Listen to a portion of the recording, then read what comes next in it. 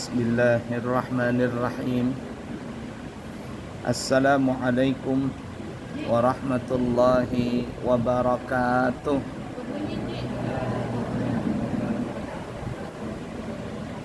Alhamdulillahi rabbil alamin.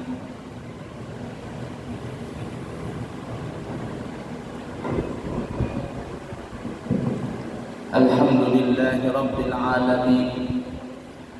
الذي ملأ قلوب أوليائه بمحبته واختص أرواحهم بشهود عظمته والصلاة والسلام على رسول الله سيدنا ونبينا ومولانا محمد منبع العلوم والأنوار ورضي الله تعالى عن أصحابه الأبرار وأهل بيته الأطهار أما بعد.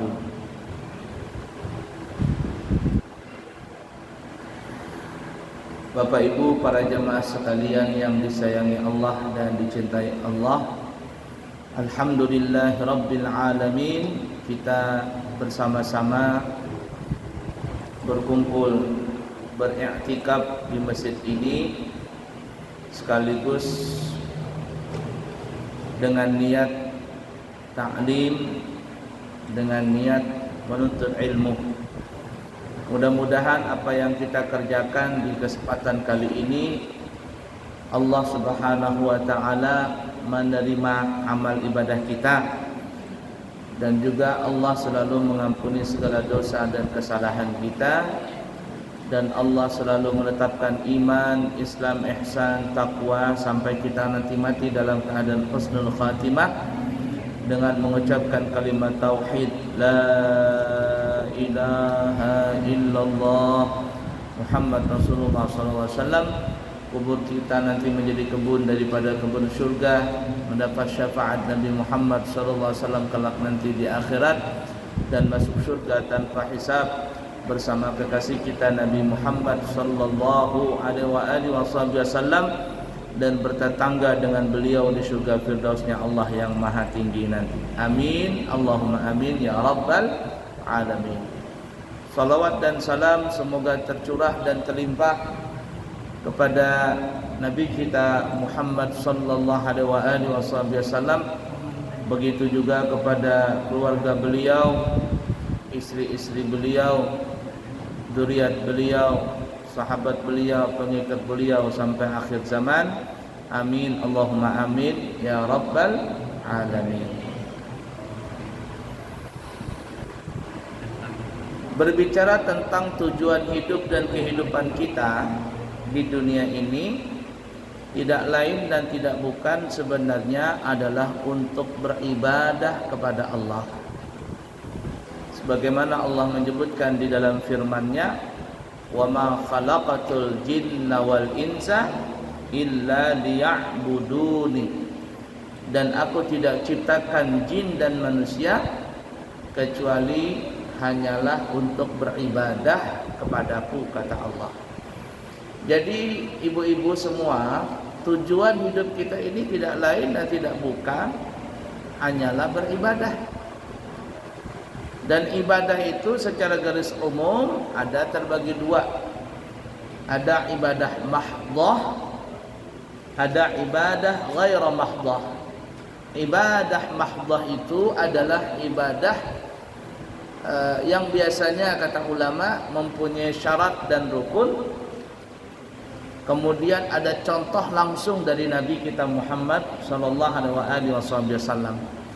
Ibadah mahdhah atau ibadah yang murni itu contohnya seperti salat, puasa, zakat, haji, umrah, dan lain sebagainya. Ibadah itu adalah ibadah yang biasanya mempunyai syarat dan rukun dan dicontohkan langsung dari Nabi kita Muhammad sallallahu alaihi wasallam. Itu jelas sudah ibadah. Kemudian ada kata ulama yang kedua, ibadah ghairu mahdhah. Ibadah ghairu mahdhah itu adalah ibadah yang tidak 100% murni. Maksudnya adalah kata ulama, Ibadah ghairu mahdah ini biasanya ibadah yang belum tentu ada syarat dan rukunnya, dan belum tentu juga mungkin tidak dicontohkan secara langsung oleh Nabi. Dan ibadah ghairu mahdah ini yang sangat banyak sekarang, yang banyak sekali. Nah, contohnya umpama berkata-kata baik. Nabi cuman mengatakan dianjurkan kita adalah untuk berkata-kata yang baik. Qaulun hasan, berkata-kata yang bagus, berkata-kata yang baik. Tata cara nada berbicara pun juga itu menentukan dari baik tidaknya apa yang kita ucapkan. Gaya kita berbicara pun itu juga menentukan. Nah, oleh karenanya, ini contoh ringan saja ibadah ghairu mahdah. Dalam berbicara pun terkadang dari segi bahasa atau gaya bahasa itu lain ladang, lain belalang. Artinya bisa saja ucapan itu di satu daerah umpama itu tidak ada masalah, tapi di daerah lain itu bermasalah. Nah, jadi dalam kondisi seperti ini kita harus jeli di mana kita meletakkan bahasa dan bagaimana caranya kita mengucapkan bahasa dan kapan kita mengucapkan bahasa itu. Contoh nih ya. Bahasa kita umpama bahasa Indonesia. Kalau kita bilang saya membutuhkan sesuatu, itu kan baik saja. Saya membutuhkan sesuatu. Tidak ada salah dalam bahasa itu. Tapi ketika kita pergi ke Singapura, ke Malaysia atau ke Brunei, jangan sekali-kali mengucapkan kalimat membutuhkan. Karena kalimat membutuhkan itu sudah beda bahasanya. Kami pribadi dulu waktu di Hadramaut sekamar dengan orang Singapura, sekamar dengan orang Thailand, dengan orang Malaysia. Jadi ketika kita berbahasa dengan bahasa yang kita pahami sesama, kalimat membutuhkan ini itu tidak bisa keluar. Karena ya tadi, membutuhkan bahasa kitanya memerlukan. Tapi kalau bahasa ke Malaysia atau ke bahasa Brunei, wah itu sudah kalimat yang sangat kasar. Pahamlah kira-kira ibu-ibu. Nah, itu kan bahasa Banjar pun kan itu juga tidak pantas sebenarnya. Kalau kita kan aku bahandak, aku handak ini jarnya. Tapi kalau kalimat tadi aku membutuhkan, bahasanya sudah lain itu.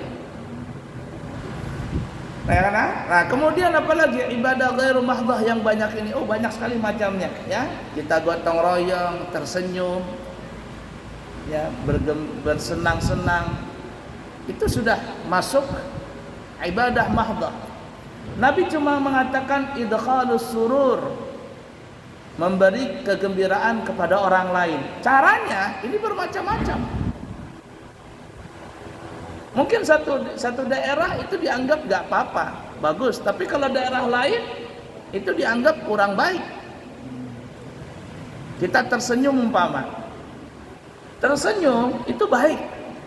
Tapi kalau kita ke daerah Bangladesh, ya kalau tidak salah Bangladesh, orang Bangladesh itu sangat jarang tersenyum. Dan kalau tersenyum itu menunjukkan bahwa orang itu tidak dewasa. Dianggap kalau kita tersenyum dengan seseorang, dianggap kita ini menghina orang tersebut. Nah itu. Jadi banyak sekali ya macam-macamnya. Ala kulli hal. Kita kembali. Jadi ibu-ibu, tujuan hidup kita ini tidak lain dan tidak bukan adalah untuk beribadah.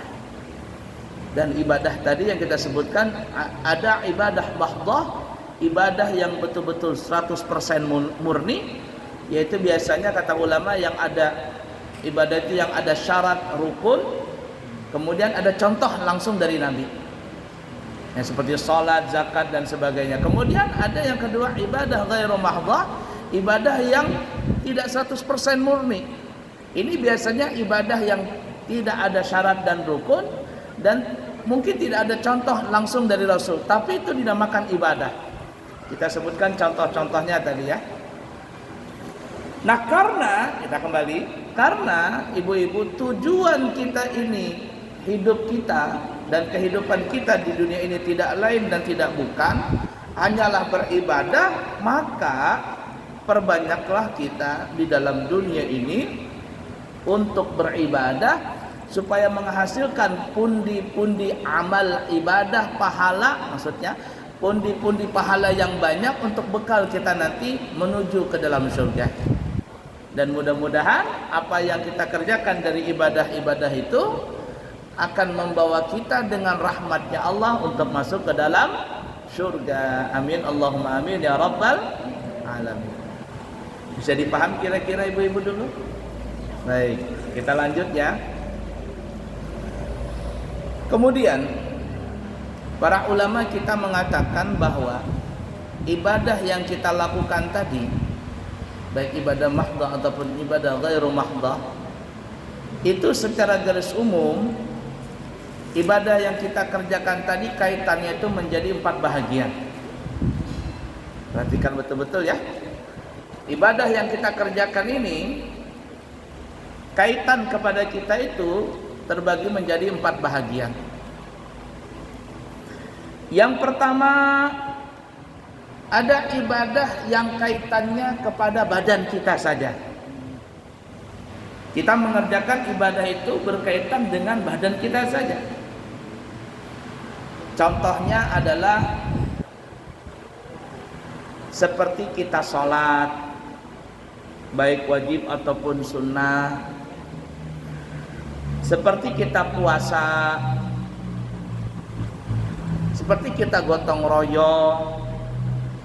Maka ibadah-ibadah ini adalah ibadah yang hanya berkaitan dengan badan saja. Ada enggak orang salat ke masjid apa tadi? Nurul Yakin. Masjid Nurul Yakin ini dimintai uang. Siapa yang hendak salat asar berjamaah bayar begitu 10.000. Ada enggak ada? Ada.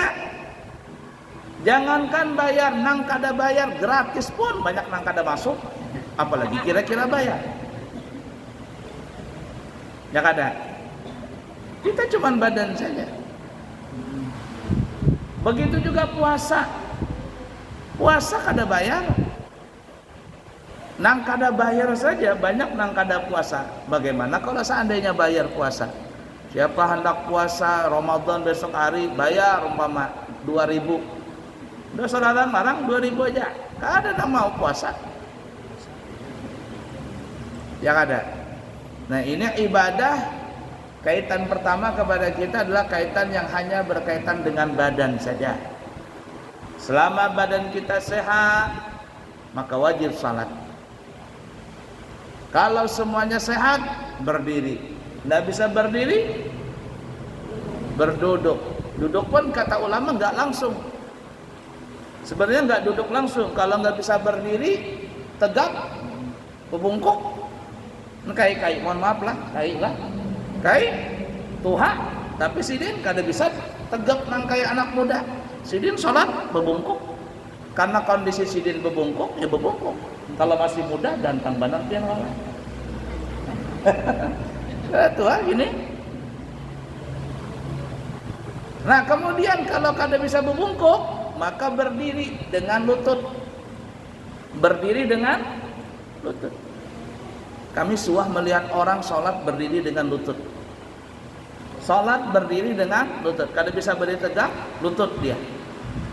Kada bisa berdiri dengan lutut, baru berduduk. Nah, hanya berduduk. Aturan mainnya begitu. Kada pang langsung aku asam urat, kada bisa berdiri, langsung duduk. Dicoba dulu, bisa nggak bebungkuk? Kalau kada, berdiri pakai lutut bisa kada? Nah kayak begini nah. Nah, rukunya begini, sujud kayak biasa. Bisa kada? Kalau kada bisa, berduduk. Berduduk terserah. Hendak berduduk bersila, boleh. Duduk nang tasyahud akhir, biar orang Banjar duduk lam alif jalalah, boleh. Duduk nang kayak tasyahud awal, boleh. Kayak kulun kedinginan saya. Matikan aja. Kami ini bolak-balik, udah pagi tadi, malam tadi ke Balikpapan, siang tadi ke pondok pesantren, habis ini ke Balikpapan pulang, malam lagi ke pondok lagi, jadi bolak-balik 40 kilo ke 50 kilo bolak-balik, 4 kali bolak-balik 200 kilo sudah. Samarinda Balikpapan 2 kali. Ala kuliah sampai mana tadi kita? Pakai lutut. Setelah kemudian kalau seandainya tidak bisa pakai lutut, hanya berduduk, duduk terserah. Hendak bersila boleh, hendak duduk iftiras kayak duduk tasyahud awal boleh, terserah semampunya boleh. Hendak buhunjur, nah kayak pian buhunjur umpama boleh, ada masalah. Selonjoran jar orang Jawa, boleh. Kalau tidak bisa duduk, hanya tidur bemereng. Nang kayak orang mati masuk dalam liang kubur bemereng. Boleh lambung kanan nang di lantai, boleh lambung kiri, terserah saja. Kalau kada bisa, hanya bertelentang kaki ke arah kiblat, ya, menghadapkan ke sana. Kemudian kepala diangkat, nang kayak apa namanya itu, Allahumma shalli ala sayyidina Muhammad. Ranjang rumah sakit. Nah, diangkat, nah begitu. Jadi kepala diangkat supaya wajah menghadap ke arah kiblat, telapak kaki ke arah kiblat. Kada bisa juga umpama naudzubillahi min dzalik, nasallallahu salamu wal afiyah. Patah tulang atau apa, digigit leher. Sudah bertelantang saya. Umpama tidak bisa juga karena luka bakar, seawakan luka bakar. Maka kata ulama dalam mazhab kita Syafi'i, salatnya pakai kelopak mata. Kelopak mata, Allahu Akbar, Allahu Akbar, Allahu Akbar. Pas teguring langsung, Allahu Akbar. Ya kalau teguring, kalau selajur menghilang, Allahu Akbar, hilang langsung. Sampai kada bisa pakai kelopak mata. Nah kata mazhab kita Syafi'i, pakai hati salat. Dalam apa ngarannya itu menghayal, aku lagi berdiri, aku lagi ruku dan semuanya. Tapi dalam mazhab Hanafi kalau orang sudah tidak bisa lagi pakai kelopak mata, cuma bisa pakai hati, kada usah salat sudah. Kada usah salat. Umpama ada orang luka bakar, seawakan luka bakar di perban umpama. Dalam mazhab Hanafi tidak wajib salat baginya. Tapi mazhab kita kalau hati masih sadar, pikiran masih berfungsi secara normal, wajib salat. Kada bisa semuanya, hanya disalatkan. Hanya ini yang kita sebutkan tadi, ibu-ibu, beribadah hanya berkaitan dengan apa, Bu? Dengan badan saja. Nang menjawab berarti konsentrasi itu. Kalau kada menjawab berarti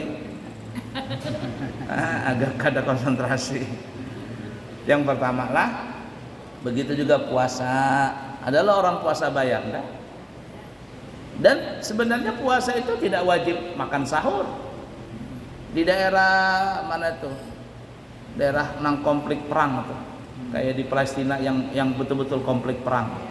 Jar bebahannya di sana kami berbuka puasa sekaligus makan sahur. Tahulah maksudnya. Berbuka puasa sekaligus makan sahur. Kan ada makan sahur, itu buka puasa langsung sahur. Jadi 24 jam tumpang puasanya. Makannya pun seadanya. Lah kita Masya Allah, kalau sudah buka puasa, kibak berataan. Sebenarnya kami pribadi heran juga. Coba kalau kami bertakon lawan pian-pian beratanang ibu-ibu, kalau bulan puasa kira-kira banyak mana pengeluaran duit bulan puasa kah atau di luar bulan puasa? Bulan puasa. Aneh kan? Padahal kan kita puasa itu berapa kali makan? 2 kali aja. Waktu berbuka lawan makan sahur. Tapi pertanyaannya, kenapa bulan puasa itu yang notabene-nya kita yang biasanya 3 kali makan sehari, kita puasa itu cuma 2 kali. Tapi kenapa pas puasa itu pengeluaran duit lebih banyak daripada hari lain? Apa sebabnya? Sebabnya lapar, Nah itu.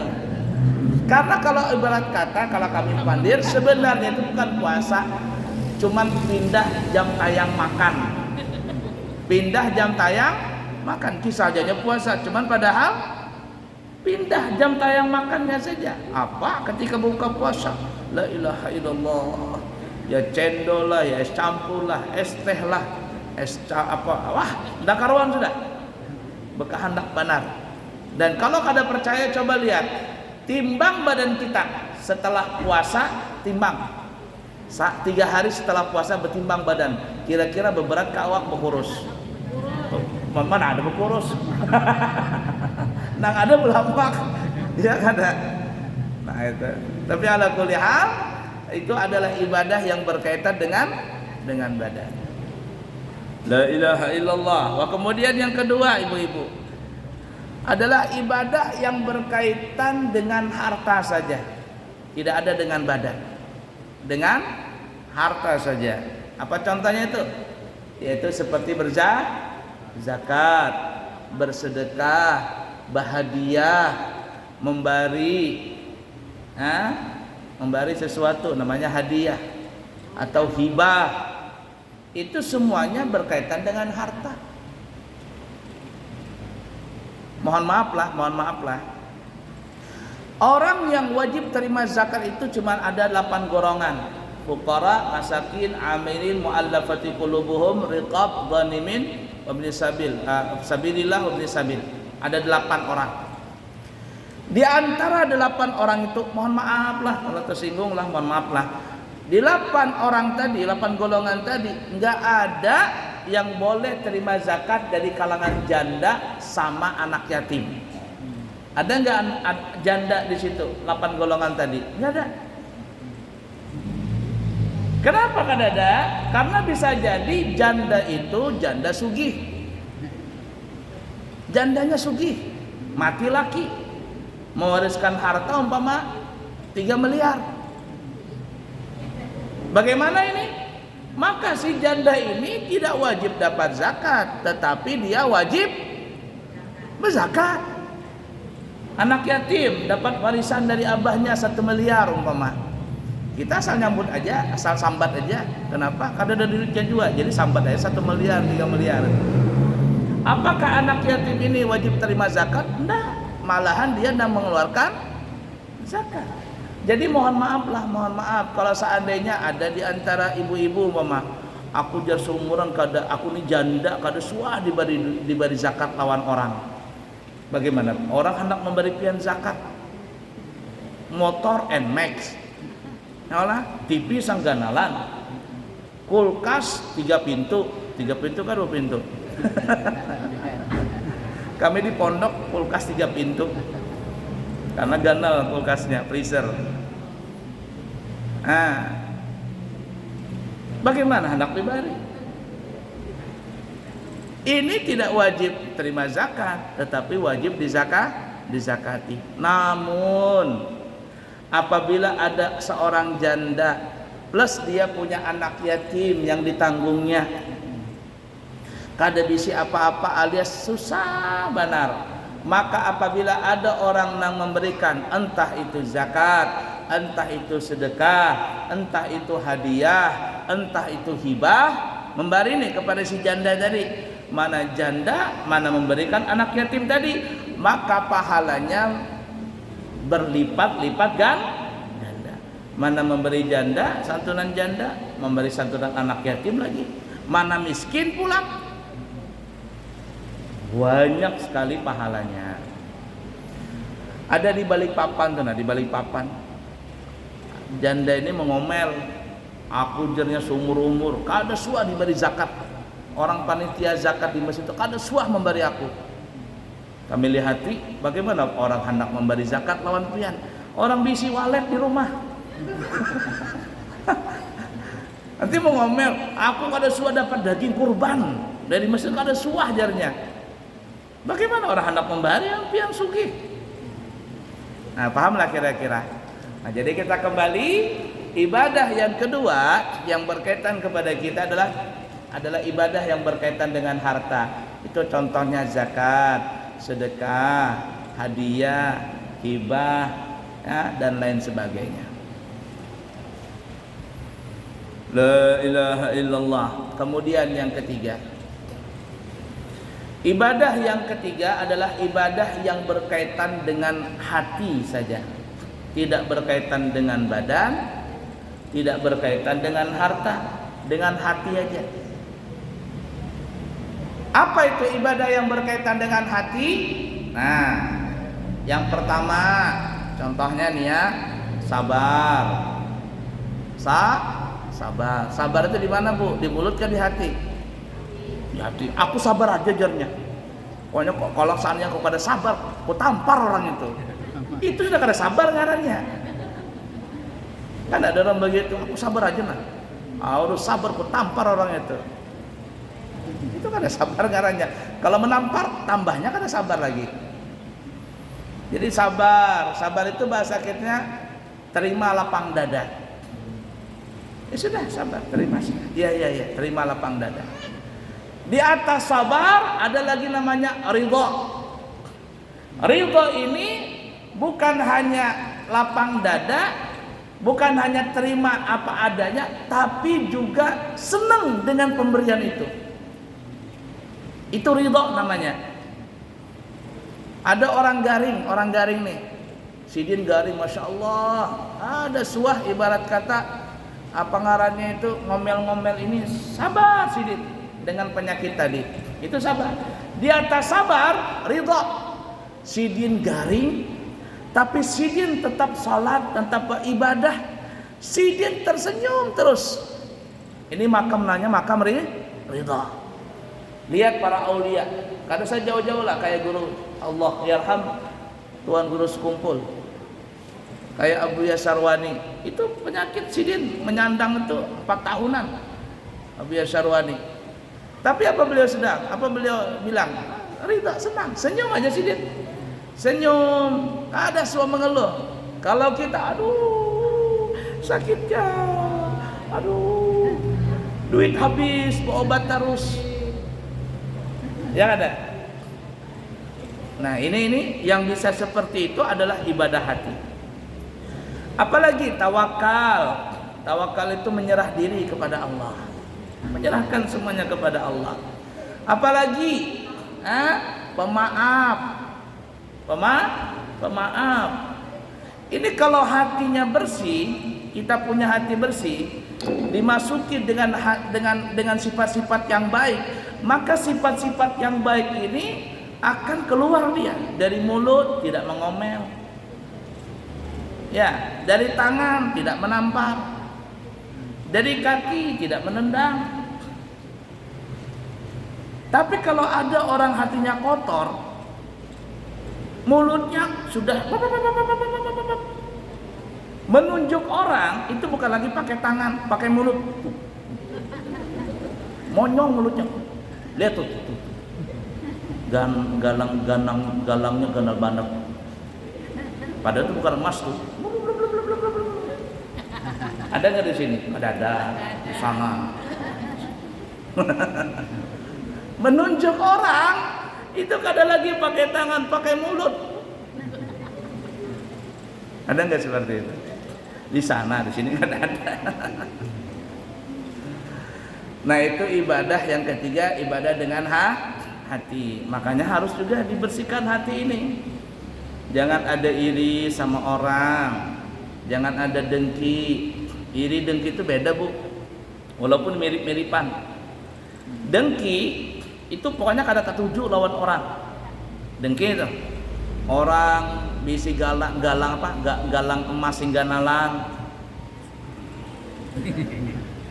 Dengki itu bahasa kita apa? Sinis, tahu sinis lah. Sinis tuh, orang dengki itu sinis. Kadang menyambat, cuman dalam hati itu nah tuh. Orang bisi AC di rumah marah dia. Orang nukar mobil marah dia. Sinis. Dengki namanya, hasad dalam bahasa Arab. Iri beda lagi. Ya, kalau iri ini itu di atasnya dengki. Sudah mengomel dalam hati, lalu menyambati si anu jarnya, si anu. Dan iri ini kata ulama Ada 3 tingkatan iri ini. Ya, hikid itu dengki, hasad iri. Al-hikdu dengki namanya, al-hasad iri. Nah, iri ini itu lebih daripada dengki. Kalau dengki itu cuma dalam hati, sinis bahasa kitanya. Kalau hasad ini iri itu ada 3 tingkatan. Ini kalau ada penyakit dalam hati kita ini parah ini. Yang pertama, kada suka saja. Pokoknya kalau ketemu itu kada suka. Itu pertama, iri dulu. Yang kedua, iri lalu ingin menjatuhkan. Iri lawan orang dan kepingin menjatuhkan orang itu. Ya, dan kata ulama, aduul mar'i man kana amaluhu bi amali. Saingannya seseorang itu adalah yang sama-sama seprofesi. Tukang emas lawan tukang emas, kada suah pang tukang emas behiri lawan nelayan, kada suah. Mohon maaf nih lah. Apalagi pedagang pedagang kain lawan pedagang kain, itu biasa itu. Taksi online lawan taksi online, partai lawan partai, ustadz lawan ustadz, kiai lawan kiai. Jangan pikir pian sudah berbolang berjubah, kada lebih hiri ganal hantunya lagi. Nah, yang kedua ini ingin menjatuhkan, jelek-jelekin dia, jelek-jelekin musuh lawannya, supaya gugur itu. Nang ketiga, nang parah, sudah dia benci, dia ingin menjatuhkan, dan dia tarik nikmat yang Allah berikan kepada orang itu, dia tarik untuk dirinya. Ini parah nih. Pian adalah suah nonton film sinetron maksudnya, nang di Indosiar. Nang orang tukang bubur lawan tukang bubur behirian, apalagi tukang bakso lawan tukang bakso behirian. Nang hiri ini nyambatin dulu, itu baksonya ndak enak. Semakin disambati orang ini, ternyata pelanggan makin banyak. Lalu dibikin apa lagi? Oh, dibikin isu lagi. Itu dagingnya daging tikus. Diisukan nih. Ternyata nggak mempan. Akhirnya dibikin kacau, dibikin ini fitnah. Jatuh nih yang diiriin, pelanggannya akhirnya ditarik lagi sama dia. Pak, beli sama saya aja, Pak, beli sama saya saja. Berpindah pelanggan tadi. Wah, ini penyakit hati parah benar. Periksa hati kita masing-masing. Kami menyambat seperti ini, jangan menyambati orang. Si anu pantas ya, itu kayak si anu jarnya. Jangan, sambati diri kita dulu. Ada nggak penyakit itu dalam diri kita dulu? Nah, jadi ibadah yang ketiga ini, ibu-ibu, yang berkaitan dengan hati, maka dianjurkan kita belajar tasawuf, pembersihan hati. Jangan ada iri, jangan ada dengki, mempunyai jiwa pemaaf. Apalagi, jangan kepo, biar orang kita kepo, hendak tahu aja orang lain. Jangan mencari-cari kesalahan seorang. Apalagi banyak kan? Kalau kita bisa membersihkan hati, maka kita sudah masuk di dalam ibadah yang berkaitan dengan hati. Sudah berapa, Bu? 3. Kemudian yang keempat adalah ibadah yang berkaitan dengan tiga-tiganya tadi. Ibadah berkaitan dengan harta, ibadah berkaitan dengan badan, dan juga ibadah yang berkaitan dengan hati. Siapa yang tahu kira-kira ibadah yang berkaitan dengan tiga-tiganya ini? Ada yang tahu? Kalau ada yang tahu, dapat hadiah. Umrah bayar sendiri. Bukan gratis katanya. Apa? Ada yang tahu kira-kira? Nah, ibadah haji. Haji dan umrah. Haji dan umrah ini, ibu-ibu, adalah ibadah yang berkaitan dengan tiga-tiganya. Orang berhaji, orang berumrah, pakai duit kada? Pakai duit. Mahal. Saking larangnya mahal. Kami aja nang menjual 9 hari 29 juta, 12 hari 32 juta kami jual, 14 hari 35 juta. Haji langsung berangkat 195 juta. Mahal. Kalau orang masih sayang duit kada jadi berangkat. Pakai duit kada orang berumrah. Pakai duit ke orang berhaji. Pada umumnya seperti itu. Tapi kalau Allah berkehendak bisa saja orang tulak kada berduit-duitan. Ada kada? Ada. Itu yang disebut namanya haji kosasi. Haji ongkos dikasih. Sudahlah biar kosasi. Soalnya haji abidin, haji atas biaya dinas, itu orang Kemenak. Haji Mansur, halaman digusur, nukar tanah di Amburawang 2 hektar cuman 80 juta. Dengar kabar IKN di situ ditukar lawan Cina 4M. Apalagi tuh jual. Apa yang lagi ditahan-tahan. Sawat mati kada sempat menikmati nih duit tadi. Itulah haji, namanya Mansur, halaman digusur. Ada lagi Haji Abu Bakar. Ini mohon maaf lah, bukan kampanye. Haji atas budi baik Golkar. Ada juga. Artinya kalau Allah berkehendak bisa saja orang berangkat tanpa pakai uang. Tapi pada umumnya orang berumrah berhaji memakai uang. Lalu apa lagi? Pakai badan. Orang berumrah berhaji pakai badan. Berjalan, berumrah, keliling Ka'bah, tawaf, sa'i hampir 5 km itu. Safa dan Marwah itu perkiraan 700 meter. 700 kali 7, 7 kali 7 berapa? 49, 5 kilo kurang 100 meter. Makanya kuat-kuat. Tadi kami pandiri lawan, insyaallah kami berangkat tanggal 30, kami WA di grup, kami padahi. Bapak-bapak, ibu-ibu yang berangkat lawan kami nanti tanggal 30, dari sekarang belajar. Arti belajar itu apa namanya? Belajar berjalan. Ya, sehari itu mungkin pagi adalah setengah kilo berjalan. Kenapa? Nanti kalau kita berumrah tidak kaget lagi kaki kita.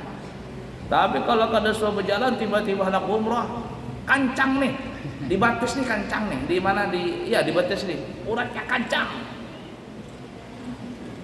Tapi kalau sudah berjalan, ya relax sudah kaki tadi. Nah, orang beribadah, orang berhaji pakai badan. Kemudian apa lagi? Pakai hati. Orang berhaji umrah itu pakai hati. Kalau kada pakai hati, bekelahi aja. Ada nang laki bini bekelahi aja. Mulai berangkat sampai pulang bekelahi aja. Di bis bekelahi, di mobil bekelahi. Macam-macam. Ada kami tahun 2004-2005 menjadi petugas haji. Ditugaskan dari kedutaan Yaman. Jadi kami berangkat dari negara Yaman, kedutaan Indonesia berangkat untuk jadi petugas haji di Madinah. Kami tugas di Madinah waktu itu kurang lebih 3 bulan. Jadi ada kawal kami ini berkisah. Katanya di sektor sana, di sektor sebelah, di daerah lain katanya. Ada orang yang ada di hotel itu, di bawah ini melihat ada darah keluar dari jendela WC. Darah keluar dari jendela WC. Jadi di bawah ini ada darah. Kok ada darah ini dari jendela WC? Apa ini? Di mana ini? Lantai berapa? Naik orang ke atas, digedor-gedor pintu WC tadi. Duduk. Siapa di dalam? Siapa di dalam? Gak ada jawaban. Satu-satunya dibongkar. Didobrak. Sekali ada perempuan, ibu-ibu. Nah, miiris urat nadi. Diiris urat nadinya. Untung cepat nih. Kekawalan ini mengangkat ibu tadi, dibawa ke rumah sakit, diobatin, ditutup. Untung kada mati. Ditakuni, Bu, ibu ini kan mau berangkat haji, sudah di Madinah nih, entar lagi kita mau ke Mekah, mau Arafah dan semuanya. Kenapa ibu bisa sampai bunuh diri gini? Kenapa? Apa dia bilang? Saya Pak berangkat haji ini sama suami saya, tapi suami saya itu jarang di hotel, jarang di kamar. Emang kenapa? Jalan-jalan terus kemana-mana. Nah kenapa memang? Dia ngelirik cewek-cewek Arab. Cemburu saya katanya. Bayangkan. Berkelahi laki bini. Kami rancak membawa jamaah, jadi tahu benar laki bini ada nang berkelahi, ada nang sekamar berkelahi, sekamar berempat terkadang. Ada nang lawas di WC, ada nang keluar dari WC kada disiram, ada nang di kamar mandi bergantungan pakaian dalam di mana-mana. Gara-gara itu berkelahi. Rancak gak begitu? Rancak. Maka ketika berhaji atau berumrah itu harus sabar, betul-betul sabar. Kalau kada sabar, berkelahi, saling sambat-sambatan, bahkan bisa berhantam-hantaman di haji itu. Ya kada? Nah, jadi tiga-tiga ini dengan badan, dengan uang, dengan hati itu di haji dan di umrah. Kemudian ada nggak lagi ibadah yang berkaitan dengan tiga-tiganya tadi selain haji dan umrah? Adakah Bu? Ada kada? Ada. Hah? Bersedekah pakai duit aja. Orang nuntut ilmu agama itu orang pakai duit, pakai badan, pakai hati. Sekolah di pesantren mesti pakai duit, mesti pakai badan, kuat. Tidak ada orang pesantren cuma setahun 2 tahun, tidak ada. Lihat ya guru-guru kita kalau ke pesantren atau belajar pesantren berapa tahun? 10 tahun, minimal 10 tahun. Kalau cuma 2 tahun, 3 tahun pindah sana, pindah sini, tidak ada jadi. Ada bakalan jadi. Harus sabar, pakai duit, apalagi sampai ke luar negeri sekolahnya.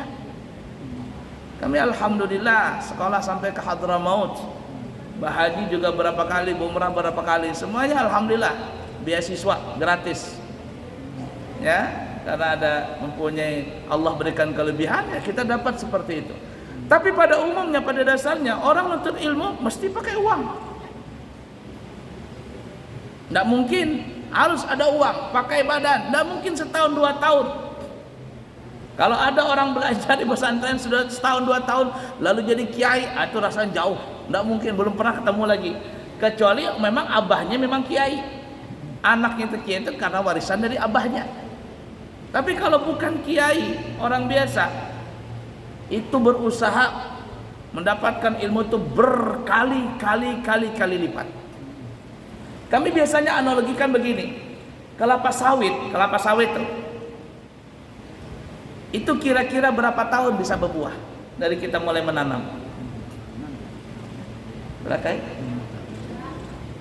6 tahun, 7 tahun. Itu pun jar orang masih buahnya buah pasir. Arti buah pasir belum bisa diapa-apain. Kelapa sawit tuh panen rayanya di mana? 10 tahun ke atas itu baru panen raya. Kalau seandainya kelapa sawit nih, 2 tahun kenapa kada berbuah? Pindah lagi, tanam sini. Kenapa kada berbuah? 2 tahun, pindah lagi, 2 tahun, kada berbuah lagi, pindah lagi. Bukannya berbuah, malahan mati itu sawit tadi. Kelapa sawit tuh, apalagi orang nuntut ilmu. Pian ke sini belajar, bersumbangan. Sumbangan kada biasa pian. Ada sumbangan. Mulikannya nanti bawa nasi kotak lah, bawa apa begitu. Orang bermaulidan mengorbankan dana, bikin acara, nasi kotak, nasi tumpeng, macam-macam. Kenapa? Karena kita mengeluarkan itu untuk menuntut ilmu. Pakai badan, pakai harta, pakai hati. Kalau kada sabar-sabar nuntut ilmu, kada jadi nuntut ilmu. Nuntut ilmu ini rata-rata PNP ini biasanya punya toko paling-paling 1 atau 2. Coba kalau ada orang bisi toko sampai 5 biji, kada bisa nuntut ilmu. Aku kada bisa nuntut ilmu. Kenapa? Sibuk. Di situ dia nggak bisa memainkan hati. Beruntunglah kita nang bisi cuma 1 toko atau kada bisi toko sama sekali. Kenapa? Karena bisa nuntut ilmu. Sabar. Nah kemudian ada lagi satu ibadah yang berkaitan dengan tiga-tiganya, dengan badan, dengan harta, dengan hati. Apa Bu kira-kira? Dan ini kata ulama ibadah yang paling terpanjang, paling panjang. Ibadah apa Bu? Bangun masjid. Kurang pas? Jawabannya adalah ibadah berumah tangga. Ya ada. Setelah laki pian bahari mengucapkan saya terima nikahnya dan kawinnya Fulanah binti Fulan, mas kawinnya tersebut tunai, apa yang terjadi? Maka tanggung jawab seorang ayah dari putrinya berpindah tanggung jawab itu kepada suaminya yang sekarang ini, bukan kepada ayah lagi, kepada lakinya ini. Ibu, mohon maaf lah, bukan siapa-siapa dari suami ibu, belum kenal waktu dulu. Yang menafkahi bukan suami ibu, tapi ketika sudah saya terima nikahnya, maka abah pian, mama pian kada lagi wajib menafkahi. Siapa yang wajib menafkahi? Laki. Dosa pahala pian suami bisa kena dapat. Kalau pian salat taat lawan suami, maka suami pian dapat pahala. Pian kada menurut berbuat dosa, laki pian kada tahu-tahu bisa kena dosa juga. Itu kalau laki kada suami menasehati. Oh umanya apa bahnya? Pakai pangjilbab tuh na rambut keluar kelihatan berjilbab. Ah kada hakun panas jar bininya ini. Lakinya sudah menasehati, bininya kada mau membuka aurat bininya di luar. Lakinya berdosa kada? Ada? Kenapa kada berdosa? Karena lakinya sudah menagur. Tapi kalau lakinya kada menagur, apalagi menyuruh, oh banyak. Ikam tuh bagusnya kada usah berjilbab. Rambut ikam tuh bagus. Kada usah berjilbab. Ketika bininya menuruti lakinya, apa yang terjadi? Bininya berdosa, lakinya juga berdosa. Coba bayangkan itu. Ibadahnya panjang. 24 jam ibadah itu, dan terus dari aku terima nikahnya sampai kapan? Sampai selama-lamanya. Laki pian meninggal dunia atau bininya berdahulu meninggal, itu ibadah berumah tangga kada suah habis pahalanya. Disambung lawan anak pian. Karena didikan pian menyekolahkan anak ke tempat yang baik. Pian didik anak tadi hasil dari buah percintaan pian dengan laki, lalu diisi anak ini menyambung pahala pian dari rumah tangga tadi. Besar pahalanya. Dan orang berumah tangga itu pakai badan, jelas pakai badan. Kalau kada pakai badan, kada bisa jadi anak. Apalagi pakai harta. Laki pian mengeluarkan duit. Kada sanggup laki juga, laki bini mencari duit siang malam untuk menafkahi ini, memenuhi keluarga. Pakai hati, sabar. Ada orang ketiga, ia lagi dengar kabar miring, ia pulang. Sedikit-sedikit mencek laki, apa handphonenya laki, siapa gerang ini? Ya ada. Itu kalau kada sabar, banyak nang bubaran. Dan berapa banyak waktu menikah, Masya Allah, nikahnya di hotel sampai habis miliaran. Ternyata baru setahun, 2 tahun bubaran. Ya ada, banyak nggak seperti itu? Nah kayak artis-artis nah. Kenapa? Karena dia tidak sabar di dalam rumah tangga tadi. Dan rasa-rasanya kayaknya tidak suap bang. Mohon maaf. Dan rasa-rasanya orang yang berumah tangga itu pasti bang ada suap berkelahi. Coba di sini takuni kita masing-masing. Siapa nang dari berumah tangga dari awal ijab kabul itu sampai sekarang nang kada suah berkelahi lawan laki? Ada kada? Enggak ada. Pasti suah berkelahi lawan laki. Itu biasa dalam rumah tangga, cekcok itu biasa. Tapi ada bu, seumur-umur berkeluarga kada suah berkelahi laki bini, kada suah. Kada suah cekcok. Ada nggak kira-kira? Siapa itu? Nabi Muhammad suah cekcok lawan bini Sidin. Lawan Siti Aisyah suah cekcok. Kira-kira ada nggak orang laki bini dari awal menikah sampai meninggal dunia kada suah bekelahi laki bini. Ada. Siapa itu? Nabi Adam lawan Siti Hawa. Kenapa kada suah bekelahi? Jawabannya adalah karena waktu itu belum ada mertua.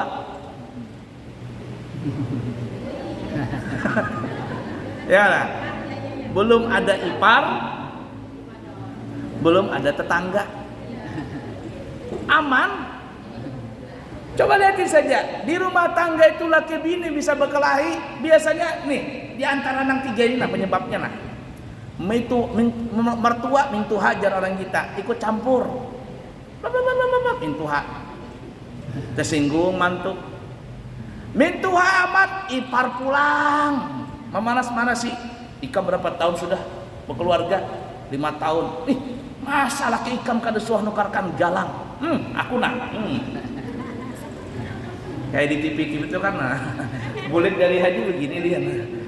Memamerkan emas. Nah, kalung nah, diwang nah. Aku hanya 2 bulan, 2 tahun lakiku bisa sudah nah. Panas nang ini nih. Merau-rau lah. Napa aja laki. Itu nah, ipar kita itu nah. Kenapa gerak? Emasnya banyak benar di galang. Pian kada suah nukarkan ulun. Pemalah benar pian ini. Sakit hati lagi. Bekelahi gara-gara ipar. Bujur kada? Nah, yang ketiga tetangga. Tetangga ini pian mulutnya pedas-pedas. Tetangga itu belum tentu tetangga di samping kita. Tetangga di Facebook.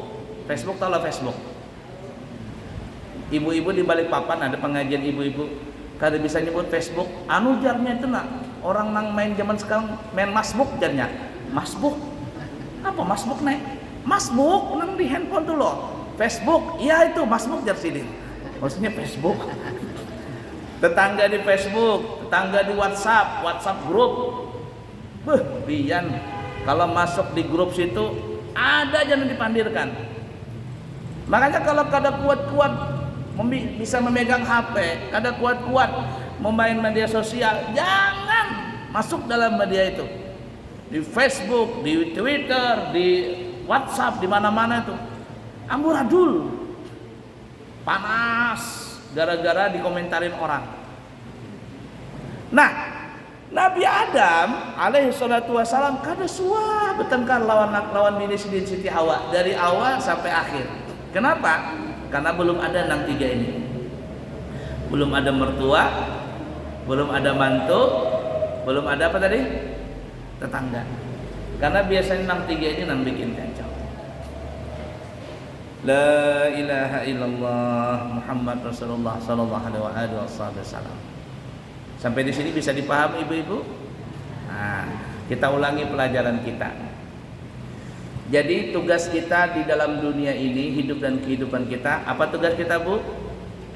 Ibadah. Ibadah itu ada terbagi berapa, Bu, secara umum? Halo, ada dua. Ibadah mahdhah, ibadah yang murni. Contohnya apa? Salat, puasa, zakat dan sebagainya.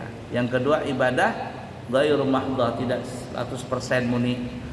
Itu seperti berkata-kata baik, ya, gotong royong dan sebagainya. Kemudian ibadah yang berkaitan, yang kita lakukan itu yang berkaitan kepada kita terbagi menjadi berapa, Bu? Halo.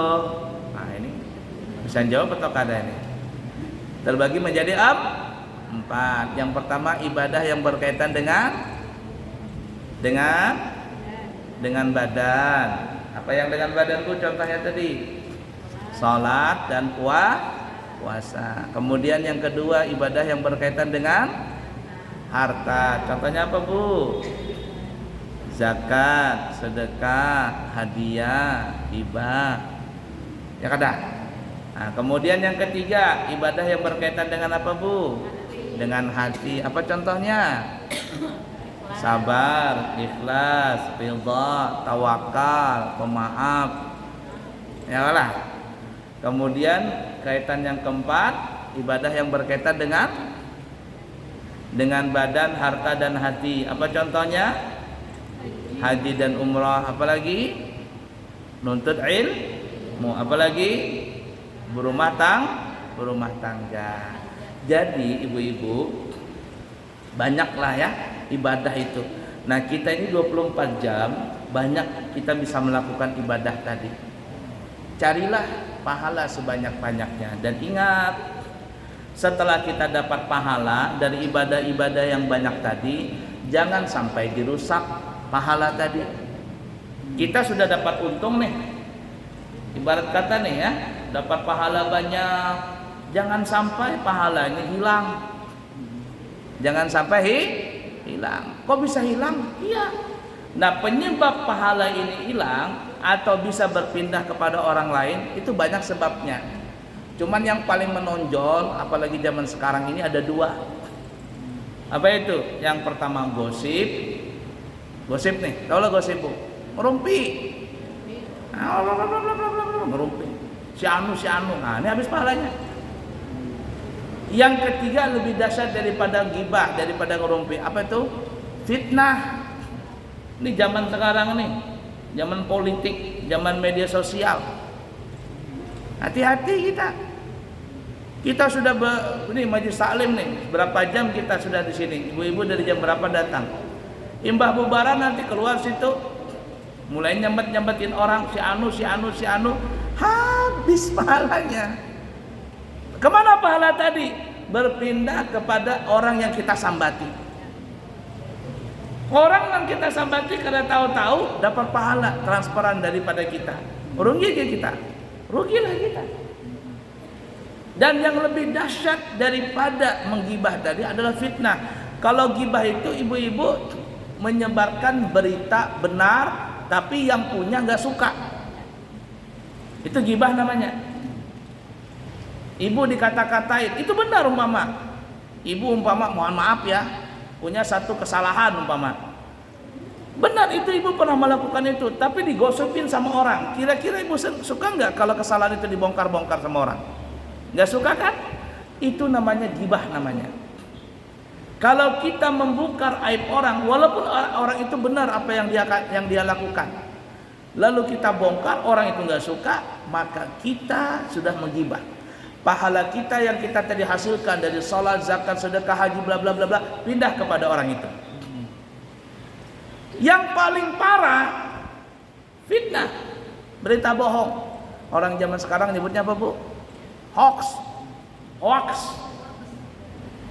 si anu, sebarkan di media sosial. Ternyata bohong, fitnah. Maka dosa ini lebih jahat, lebih besar dosanya daripada menggibah. Kenapa? Karena menyebarkan berita bohong.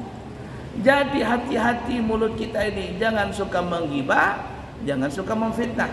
Dan repotnya ibu-ibu lah, kalau kita berteman dengan orang yang suka gosip, kalau kita suka berteman dengan orang yang suka gibah, suatu saat ketika kita nggak ada, kita yang akan digosipin sama orang itu. Percaya saja. Ada berkumpul nih, 5 orang. Pokoknya kalau kumpul pasti gosip. Suatu saat kita nggak hadir, manusia anujarnya nggak hadir. Yang nggak hadir tuh diomongin sama yang berempat ini. Percaya saja. Jadi yang paling enak, jangan berteman dengan orang-orang seperti ini. Jangan menggibah, jangan memfitnah, dan jangan berteman dengan orang-orang seperti ini. Kenapa? Rugi. Kita sudah punya pahala banyak tadi. Dari sedekah, dari sholat, dari majelis taklim, dari puasa, umroh, haji. Lalu habis pahala tadi karena kita suka menggibah, suka memfitnah. Jadi zaman sekarang ini hati-hati ibu-ibu, kalau menerima informasi jangan langsung ditelan. Apalagi zaman sekarang ini zaman penuh dengan fitnah.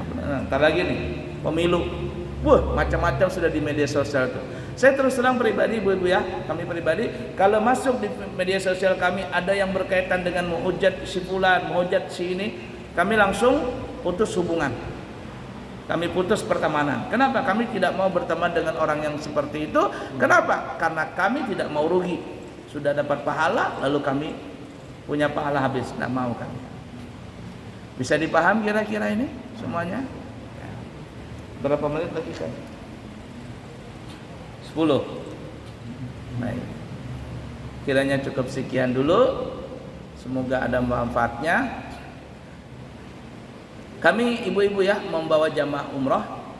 Itu ada 9 hari 29 juta. Ada 12 hari 32 juta dari Balikpapan semuanya. Ada 14 hari 35 juta 500 ribu. Ada umrah plus Turki 12 hari 32 juta 250 ribu, umrah plus Turki. Kemudian ada haji langsung 195 juta. Nah, siapa tahu ada yang berminat, maka bisa langsung menghubungi kami atau bisa menghubungi marketing kami yang ada di depan masjid. Ya, di depan masjid itu ada apa spanduknya. Setiap bulan ada keberangkatan. Kami nanti insya Allah berangkat tanggal 30 Agustus. Mungkin nanti akan berangkat lagi di bulan Oktober ya, Oktober nanti. Mungkin seperti itu, semoga ada manfaatnya.